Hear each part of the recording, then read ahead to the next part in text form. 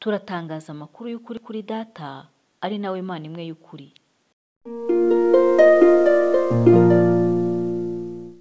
Nshuti yanjye mama, nkwandikiye ibaruwa y'urukundo nkugezaho amakuru meza. Mu gice cyabanje nakubwiye ko Imana yaduhaye ubutware ku byo yaremye.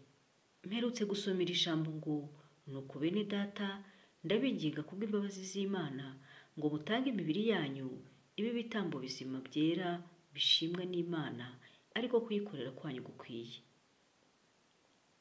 Nibutse n'iri jambo ryo mu byahishuwe rimenyesha ko hari igihe iyi si itazanyemerera kugura ibyo yakoze. Nkirisoma niyemeje gufata inshingano ku mubiri wanjye. Nabiganiriyeho na Mwuka Wera twiyemeza gushaka igisubizo mu by'Imana yaremye.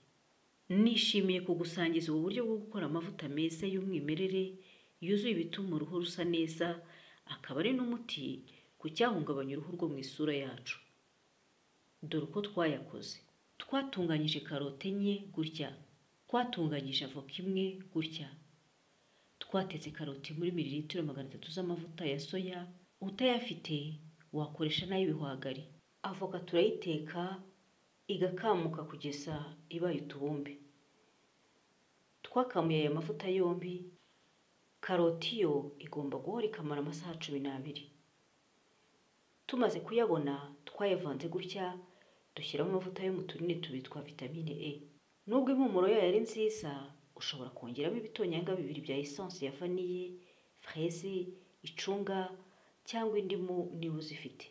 Ikindi, niba utazashyiramo glycerine, ushobora kuvanga akayiko k'amazi muri karoti igihe uzitetse.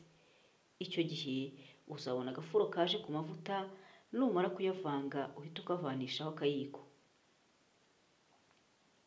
Ushobora kuyabika neza mu icupa wogeje n'amazi ashyushye ukaryumutsa. Ni amavuta meza cyane asubiza itoto umubiri wawe.